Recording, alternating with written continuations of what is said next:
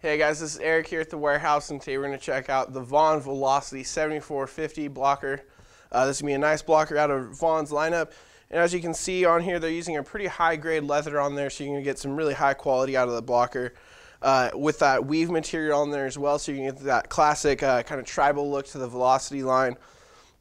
Now going on to the blocker board here, you can see it's a nice contoured blocker board there that's going to give you a lot of wrist mobility and also going to help to control some of those rebounds down to the playing surface.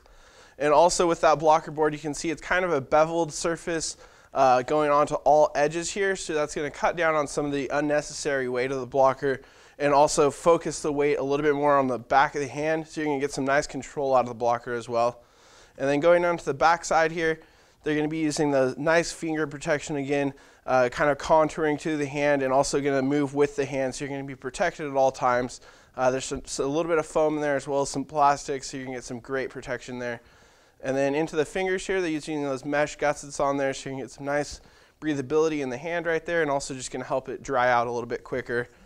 And going into the palm here, you can see they're using a dual overlay in the palm there, with a little bit in the thumb as well, so you can get some extra durability out of the palm right there, the blocker. Now taking a look at the back side of the blocker here, you can see they're using some nice finger protection.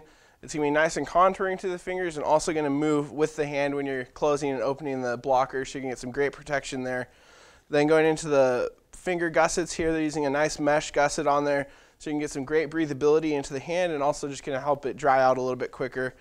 And then into the palm, you can see they're using some dual overlays right there in the center of the palm as well as in the thumb, so you can get some extra durability out of that palm.